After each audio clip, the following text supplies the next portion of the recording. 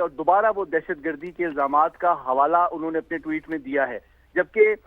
جو اپنی good faith میں ہمارے نائب وزیر اعظم نے ٹویٹ کیا ہے اس میں امن و سلامتی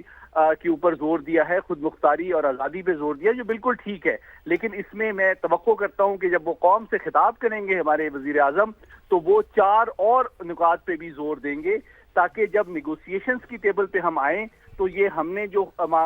اتنی محنت سے یہ جو زمین پہ، فضا میں، سمندروں میں اور سائبر ڈومین میں جو فتح حاصل کی ہے اس کو ہم سفارتی فتح میں بھی بدل سکیں۔ اس کے لیے ضروری ہے کہ ان کی تقریر میں سب سے امپورٹنٹ بات مسئلہ کشمیر کی سینٹرالٹی کو ریکوگنائز کرنا اور یہ پروو کرنا ہونا چاہیے۔ جس طرح سے آپ نے کہا کہ 4 اور پوائنٹس رکھے جائیں گے وزیراعظم شہباز شریف کی جانب سے، تو محمد علی صاحب آپ ہمارے ساتھ موجود رہیے گا۔ سابق سیکرٹری خارجہ اعزاز چودھری صاحب نے ہمیں جوائن کیا ہے۔ اعزاز صاحب بہت شکریہ سما کو وقت دینے کے لیے۔ اعزاز صاحب، پاکستان نے ہمیشہ امن کی بات کی ہے، لیکن بھارت کو یہ بات کبھی سمجھ نہیں آئی۔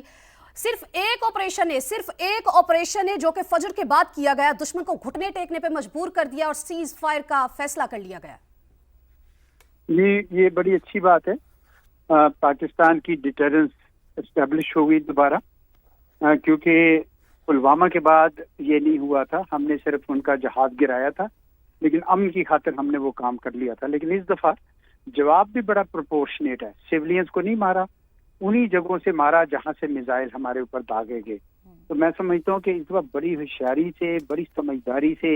دانش مندی سے ہماری عسکری اور ہماری سول قیادت نے اس کو ہینڈل کیا ہے، ہمارے سفارتکاروں نے اور آپ لوگوں نے بھی، ہمارے میڈیا نے بھی۔ میرے خیال میں پاکستان کا قد بڑا اونچا ہوا ہے اس سارے اس کے بعد۔ اب جو منزل آئی ہے، میں نے آخری فکرہ سنا، شاید سید محمد علی سے، مجھے نام تو نہیں میں نے دیکھا، لیکن مجھے تصویر لگی تو سوری آواز سے لگا کہ وہ صحیح کہہ رہے تھے، اور میرا بھی یہی نقطہ ہے کہ بے شک امن کے لیے اب ہم جائیں گے میز پر، لیکن ہمیں کچھ مدعا سامنے رکھنے پڑیں گے۔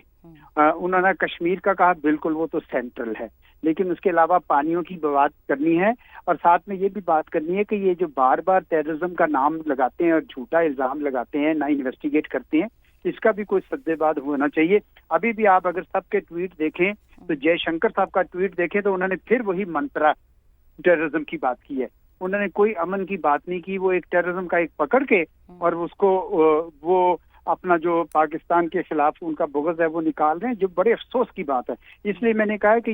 یہ ہمیں بڑا دھیان رکھنا چاہیے، اور ہمیں ابھی اپنی تیاری کو سٹینڈ ڈاؤن نہیں کرنا چاہیے۔ یہ ڈسپٹیو بھی ہو سکتی ہے، یہ موو کسی وقت بھی بدل سکتا ہے، تو اس لیے تیاری بھی رکھنی چاہیے، اور ساتھ ہی ساتھ جو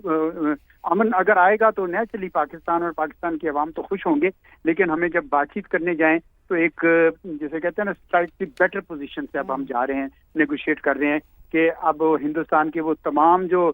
تخمینے تھے ہمارے بارے میں وہ ان کے غلط ثابت ہو چکے ہیں، اور الحمدللہ آج ہم ایک پراؤڈ قوم کی طرح یعنی ہمیں فخر کے ساتھ ہم جا کے اس میں بات چیت میں شامل ہوں گے، جو بھی بات چیت ہوتی ہے جہاں پہ بھی ہوتی ہے، لیکن یہ 3-4 مدعے جو ہیں یہ اس میں لانے پڑیں گے ہمیں۔ صحیح۔ اور اعزاز صاحب، یہ اس چیز کی بھی جیت ہے کہ پاکستان نے بڑا اچھے طریقے سے ڈپلومیٹیکلی اپنا نیریٹو پیش کیا اور دنیا نے اس کو مانا بھی۔ سید محمد علی صاحب، آپ کی طرف واپس آتے ہیں۔ اگر ٹریک ریکارڈ دیکھا جائے بی جے پی کا اور RSS کا تو کچھ اچھا نہیں ہے، کیونکہ دہشت گردانہ پالیسیز میں ہمیشہ وہ آگے رہے ہیں۔ پٹھان کوٹ ہو جائے، اڑی ہو جائے، پلوامہ ہو جائے، پھر پہلگام ہو جائے، ہمیشہ مورد الزام پاکستان کو ہی ٹھہرایا جاتا ہے۔ امید کرتے ہیں کہ شاید اب عقل ٹھکانے آ جائے گی۔ دیکھیں، میں اب جو بات چونکہ مکمل نہیں کر سکا تھا، لیکن اعزاز صاحب نے بالکل وہی بات کی جو میرے ذہن میں تھی۔ وہ 4 پوائنٹس جو بہت ضروری ہیں، بنیادی بات یہ ہے کہ جو ہم نے فضا میں، زمین پہ جو فتح حاصل کی ہے اس کو ہم دیرپا سفارتی محاذ پہ